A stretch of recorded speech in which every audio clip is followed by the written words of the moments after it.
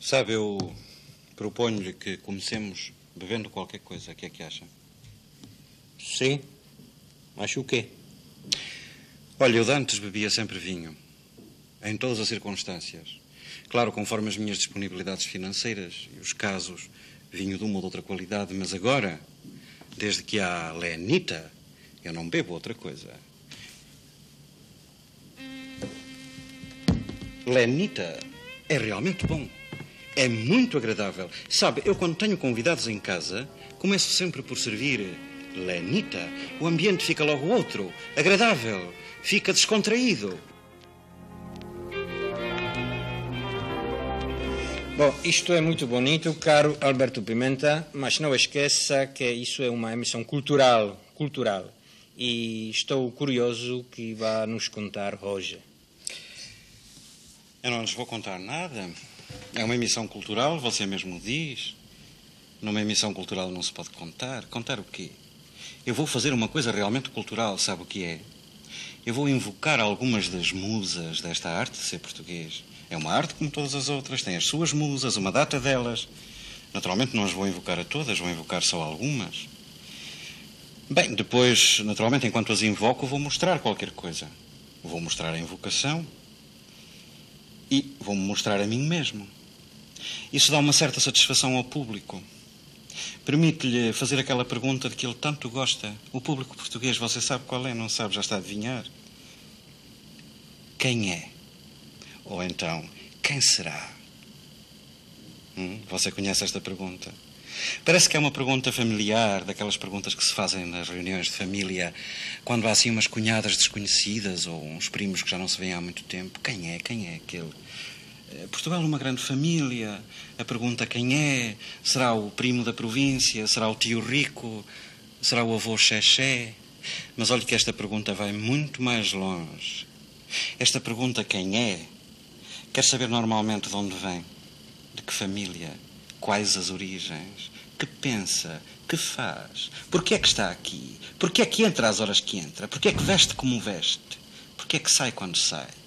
Porquê é que tem os hábitos que tem? Porquê é que cumprimenta como cumprimenta ou não cumprimenta como não cumprimenta? Há um número incomensurável de mulheres atrás das janelas a pôr e a tentar responder a esta pergunta. E há um número incomensurável de homens às portas dos cafés por essas estradas e por essas ruas, ao domingo e à semana, a pôr também esta pergunta e a tentar responder-lhe. E até os chamados intelectuais, os eruditos, que são sempre um espelho da nação, quando descobrem num título de um livro um nome que não conhecem, antes de lerem o livro, ou em vez de lerem o livro para o ficar a conhecer, perguntam também quem é? Ou então, quem será? Sabe, os cães é muito mais simples. Farejam-se uns aos outros e ficam a saber o que querem uns dos outros. Nós complicamos isto de uma maneira terrível. Transformamos isto num processo complicado, numa verdadeira arte. Não é ainda a arte de ser português, mas é uma parte. É uma parte dessa arte. Bom, você quer que eu fale do título, A Arte de Ser Português? O título eu acho excelente. O título não podia ser melhor. Por vários motivos. Em primeiro lugar, porque já não é original, sabe? É uma imitação. É um título decalcado, repetido, reusado por muita gente, não sei, em décima mão. Você, se quiser, pode ir investigar, talvez saiba de resto. E sabe que isto de títulos, não só títulos, mas isto de títulos para os portugueses, pode dizer-se que quanto mais usada, mais apreciada. Você já reparou, por exemplo, quando um filme tem êxito, ou um livro, ou até um slogan político, quando tem êxito, já reparou que o título é utilizado, repetido, glosado, variado de uma série de maneiras por toda a gente durante meses ou até anos? Já reparou nessa caça ao sucesso dos outros? Suponha que alguém se lembra de dizer que Portugal é uma varanda para o mar. Passados alguns dias, há um outro, sem dúvida, que vai dizer que Portugal é uma porta para o mar. Depois aparece um outro, não tenha dúvida, a dizer que Portugal é uma janela para o mar, um convés para o mar. uma escotilha aberta para o mar, ou uma porta para o oceano, um terraço debruçado no Atlântico. Sabe, é um sistema próprio dos títulos, mas os títulos refletem uma realidade. Por trás dos títulos está a realidade. Este país, de vez em quando, é percorrido por um murmúrio que diz: o que agora dá, o que agora rende, o que agora se deve fazer é isto. E toda a gente começa a fazer isso, não fazem mais nada. Suponha que alguém se lembre de que o que agora dá, o que agora é preciso fazer, o que agora rende são saca-rolhas. O país inteiro começa a fazer saca-rolhas, até estar inundado em saca-rolhas e até abrir em falência todos os fabricantes de saca-rolhas. É que eu nunca vi, pelo menos, ninguém queixar-se de que não tem oportunidade de fazer aquilo de que gosta. As pessoas queixam-se de que aquilo que fazem não dá, não rende. Eu nunca vi nenhum pai aconselhar ao filho que fizesse aquilo de que gosta. O pai aconselha sempre ao filho que faça aquilo que rende, aquilo que dá. E é por isso que você não encontra quase ninguém a fazer aquilo de que gosta. Quase ninguém gosta daquilo que faz. E isso nota-se. É um medo de ser, um medo, um não saber, um não querer, um não saber de que se gosta. É um vazio interior qualquer. Um medo, um acanhamento de viver. Acho que esta é a forma, acanhamento de viver. Se eu tivesse ido com a irlandesa, com um livro debaixo do braço e 50 escudos no bolso por essa Europa, mas é muito mais fácil ficar a vida toda a dizer se eu tivesse ido com a irlandesa do que ir mesmo com a irlandesa. A irlandesa estava lá e o livro também, e os 50 escudos. Mas você já reparou no risco que é ir mesmo com a irlandesa? E se falha? Ficar toda a vida a dizer se eu tivesse ido com a irlandesa, isso não pode falhar. Não falha nunca. Pelo contrário, de dia para dia vai aumentando o interesse. Se tivesse sido... se eu tivesse ido lá para fora. Lá fora, é assim que dizem. Lá para fora. E se tivesse trazido de lá os modelos, e se eu estivesse aplicado aqui, como se fosse possível aplicar outros modelos, como se fosse possível fazer essa imitação, fazer as coisas de fora para dentro. Como se o que é lá fora, como eles dizem, não fosse o que é por ser o que é, e não imitação de outra coisa. Sabe, isto é o sintoma exato da colónia, do espírito de colónia. Da colónia sem colonizador. E essa é a tragédia. A colónia sem colonizador é uma tragédia. A colónia do mito. A colónia à procura de dono. Bom, e sabe, a palavra arte, além do mais, é uma palavra mágica para os portugueses. Não é que os portugueses tenham uma relação muito intensa com a arte.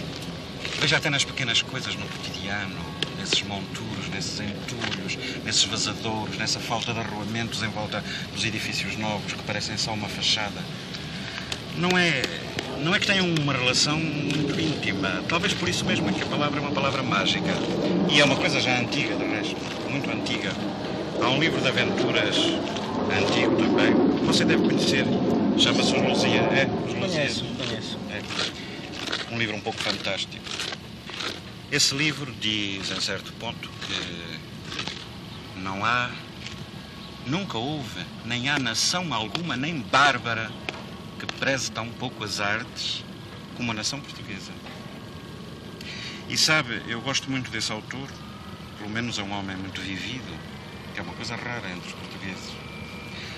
Embora, ao que parece, ao que ouço dizer, tenha que se considerar que foi pouco inteligente. Foi mesmo estúpido. Ouvi dizer que há quem considere que ele escreveu esse livro para obter benefícios pessoais. É preciso realmente ser bastante estúpido para não saber que os benefícios pessoais se colhem muito bem, por exemplo, com cargos públicos, mas muito dificilmente escrevendo livros. Ou vender bacalhau. Ou a vender bacalhau, mas dificilmente a escrever livros, principalmente livros em primeira mão. Livros em segunda mão já podem, de facto, dar alguns benefícios pessoais, não é? Não acha? E Esse autor, bom, escreveu já há 400 anos, já passou muito tempo. Você pode dizer já passou muito tempo, as coisas mudaram-se, de facto, mudaram-se um pouquinho. Nessa altura não havia conservatório, agora até parece que há, não é? E há outras coisas, mudaram um pouquinho, mas mudaram por fora. Essa tal adaptação, essa tal imitação. Por dentro, os portugueses gostam de ser fiéis aos princípios. Gostam de continuar a ser aquilo que eram. A ser portugueses. A tal arte de ser português é ser fiel a si mesmo. Nada de experiências. Esse é um dos grandes lemas. E em matéria de arte, a relação dos portugueses com a arte parece-me que é, sobretudo, uma relação de vida. A própria vida é que é uma arte. Viver sem ser de um modo miserável, viver satisfatoriamente é uma arte. Você já reparou quando algum vive a gosto que os outros lhe dizem: opa, tu és um artista ou um poeta? Bom, você não se vai embora, espera, assista às minhas invocações. Agora é que eu vou invocar as musas. Algumas destas musas, desta arte de ser português, desta arte de viver. Porque viver é que é arte, viver é que é difícil. Sem a ajuda das musas é quase impossível. Por exemplo, eu tenho que viajar, eu tenho que andar por esse país para esta obra, para mostrar esta arte de ser português. Eu tenho que viajar, mas eu tenho realmente medo de o fazer sem a ajuda das musas. Porque viajar, deslocar-se, chegar são e salvo é difícil. É caso para se dizer: opa, tu és um artista. Você não acredita? Imagine que você tem que fazer simplesmente uma viagem de autocarro aqui em Lisboa. Você sabe que a musa dos autocarros tem que cumprir horários, claro. Mas há uma coisa que dificulta extremamente o cumprimento dos horários. Uma coisa desagradável, que torna difícil cumpri-los, que é ter que transportar passageiros. Quase em todas as paragens ter que parar para entrarem e saírem passageiros. Isso complica tudo, dificulta o cumprimento. Não admira que a musa às vezes não pare, ou então arranque com as pessoas ainda a subir ou ainda a descer. E se alguém consegue subir ou descer sem ter partido uma perna, sem ter torcido um pé, sem ter caído, sem se ter sujado, sem ter deixado cair os pacotes que leva ao chão, é caso para dizer: opa, tu és um artista. Ou então, pense no comboio. Uma viagem de comboio por esse país. A musa dos comboios é uma musa curiosíssima. Sabe, ela preocupa-se com certos pormenores, dá importância, por exemplo, aos bilhetes. Já reparou que os bilhetes de comboio são lindos? Têm umas cores magníficas, umas nuances, uns tons de lilás, um verde, um amarelo, um grafismo, um aspecto, uma coisa encantadora. Eu suponho até que numa exposição de material ferroviário que houve há tempos, uma exposição internacional, Portugal ganhou o primeiro prémio em bilhetes. Mas, à custa de se concentrar tanto nos bilhetes, à custa de pensar só nos bilhetes, e como é fetichista e os coleciona, eu suponho que ela é fetichista e os coleciona, que tem grandes e lindos álbuns de bilhetes, e é por isso que tem aqueles homens todos à saída das estações, a dificultar a saída, a assambarcar os bilhetes, a juntá-los, para os guardar, para a coleção. Alguns, de facto, têm um valor de raridade. Você já pensou o que é um bilhete de Faro a Bragança de um passageiro que chegou vivo? Isso, naturalmente, tem um valor de raridade, um valor incalculável. Mas essa musa protege-me. Olha, há tempos, há coisa de 2 meses, no dia 9 de setembro, foi exatamente no dia 9 de setembro, um sábado, eu fiz uma viagem atrás dos montes, a uma região que fica perto de Mogadouro, a caminho de Miranda do Douro, você certamente conhece. E então tive a oportunidade de realizar, não exatamente realizar, mas quase realizar um dos sonhos de todas as crianças, e meu também, quando era pequeno, viajar na locomotiva. Eu não viajei na locomotiva, viajei naquele furgão ou vagão que vai logo a seguir à locomotiva, aquele que transporta mercadorias e correspondência. Viajei eu, mais umas 20 pessoas.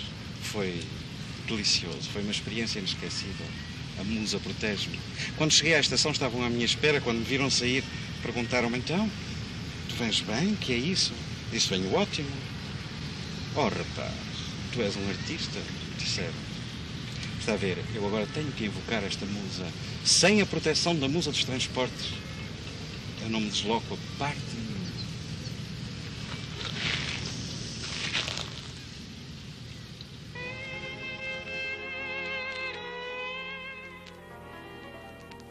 São várias musas, claro, uma por cada meio de transporte. Autocarro, comboio, metro, caminhoneta de carreira, avião. Então, cada um tem a sua musa. Mas foi realmente simpático terem aparecido todas. Musas dos transportes coletivos. Simpáticas senhoras. Permiti-me que participe dos vossos alegres transportes.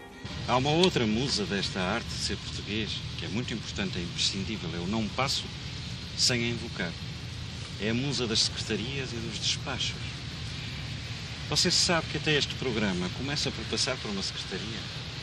E se a musa não estiver bem disposta, se não for benevolente, é capaz de parar, de demorar, de emperrar, porque esta musa gosta sempre de começar por dizer que não. E se alguém consegue um despacho à primeira, é caso para lhe dizer: opa, tu és um artista. Você não acredita? Bom, eu acredito, mas conta-me antes uma história. Uma história? Podia-lhe contar muitas, não sei. Olha, um conhecido meu, um bom conhecido meu, tão bom conhecido que aqui se diria já um amigo meu, precisou de um atestado, quis um atestado de profissão, a declarar a profissão. E resolveu fazer de uma maneira diferente da maioria dos concidadãos, que mentem sempre, dizem que fazem o que não fazem, dizem que são o que não são, dizem que trabalham quando não trabalham, e ele resolveu dizer a verdade. E então procurou a musa das secretarias e disse-lhe: a minha profissão é, eu sou o namorado das mais belas mulheres do mundo. A musa, apesar de o proteger, apesar de ele ser um protegido, a musa disse: não, esse caso é novo, tenho que consultar os superiores.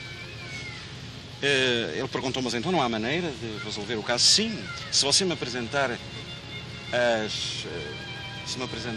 as impressões digitais das mais belas mulheres do mundo em papel selado. Sabe, esta musa das secretarias é fetichista. Não sei se você sabe, é uma perversão sexual. É realmente obscena esta musa, é pornográfica. Tem o fetichismo do papel selado. Não é propriamente o dinheiro que lhe interessa, ela não se interessa nada por dinheiro. É aquele fetiche, aquele líbido todo posto naquilo. Bom, ele naturalmente invocou a musa dos transportes, pediu-lhe que o levasse até à residência das mais belas mulheres do mundo, que, como você sabe, são todas estrangeiras e moram num bungalô à beira de um lago de águas azuis, transparentes, lindíssimas. E a musa prometeu que o levava, mas não o levou exatamente até à morada delas. Levou-o até à entrada de um labirinto que fica perto e que ele tinha que atravessar como última prova. E à entrada do labirinto estava um porteiro chamado Viriato, que não o queria deixar entrar. Ele resolveu o assunto facilmente, meteu uma nota, creio que de 1000 escudos, na mão do porteiro, e o porteiro deixou-o entrar, indicou-lhe o caminho e deu-lhe uma folha de papel selado. Ele foi ter com as mulheres mais belas do mundo, fizeram muita festa, puseram-lhe as impressões digitais todas no papel selado, ele voltou, apresentou a coisa como lhe tinham pedido, e a musa das secretarias, apesar de o proteger, disse: bom, ainda tenho que consultar os meus superiores. Telefonou para o Ministério do Interior, que imediatamente confirmou que de facto se tratavam das impressões digitais, das mais belas mulheres do mundo. E depois de ele ter pago um imposto de extravagância e graças a bons conhecimentos no círculo da musa, passaram-lhe então um atestado, não exatamente como ele queria, um atestado a dizer namorado das mais belas e noivo de uma das mais feias mulheres do mundo. Mas todos os conhecidos lhe disseram: opá, tu és um artista. Está a ver? Convém ter sempre a benevolência e a amizade da musa das secretarias. Eu vou invocá-la. É simpática, não é? E você está a ver, tem 2 buracos na cabeça para lhe meter por ali os requerimentos. Musa das secretarias. Musa das secretarias e dos despachos. Há ainda uma outra musa que convém invocar. Eu nunca me dei muito bem com ela. Eu acho que ela está velha. Está bacoca, já não regula muito bem. Mas a verdade é que a maior parte das pessoas regula-se por ela. E é por isso que convém invocá-la. É a musa da inteligência. Anda sempre por aí pelas escolas a fazer testes. Faz uns testes que quando alguém lhes consegue responder é caso para dizer: opa, tu és um artista. Vai por essas aldeias, fala com as crianças, mas não lhes fala das coisas que lhes interessam. Não lhes fala de colheitas, não lhes fala de sementeiras. Fala-lhes de outras coisas que tem dentro da cabeça dela e que parece que só existem dentro da cabeça dela. Fala-lhes de faneirogâmicas, de criptogâmicas, de coisas que realmente não existem. Eu há tempos falei com essa musa a esse respeito. E ela disse-me: é uma questão de divisão de trabalho. Eu faço os testes para os filhos dos camponeses lhes responderem. E os camponeses e os filhos dos camponeses cultivam as batatas para eu comer. Isso é o tipo de divisão de trabalho que a mim não me agrada. Mas talvez seja melhor invocá-la.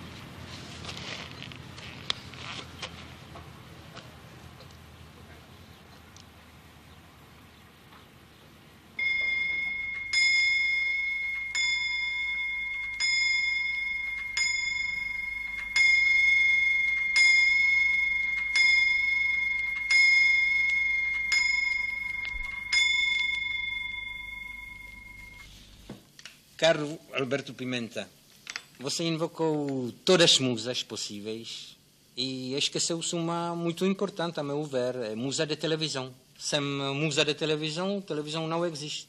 Como Musa? ela, talvez também não. Você tem razão. Eu nunca tinha pensado nisso, mas você tem razão, de facto. Pois tem, claro. Assim como para fazer tudo aquilo que eu lhe disse é preciso ser um artista. Para viajar a São e Salvo é preciso ser um artista. Para responder a um teste de inteligência é preciso ser artista. Principalmente para conseguir um despacho à primeira é preciso ser realmente artista. Para fazer um programa nesta televisão também é preciso ser um artista. É isso, você tem razão. Eu vou-lhe dar um exemplo. Oh, mancebo imprudente! Isto é fantasma ou é gente? Não é mau teatro? Eu sou um velho, muito velho, natural do bairro do Restelo. Alto, deixem o homem falar! Pá, o gajo entrou quando o porteiro estava de costas. Você está a ver? Isto é o tipo de coisa que não me agrada nada. O velho vem do Restelo até aqui ao Lumiar é porque tem alguma coisa a dizer. Por que é que o põem fora? Tem medo? Tem medo de quê? Se na próxima emissão o velho tornar a aparecer e tornarem a pô-lo fora, eu saio também, ok? A propósito da próxima emissão, caros telespectadores, será de hoje a 15 dias e muito mais interessante que a de hoje. Mais interessante por uma razão muito simples. Serei eu muito menos e vocês todos muito mais. Vocês não são os vizinhos do lado, são vocês mesmos. E por isso será tão interessante.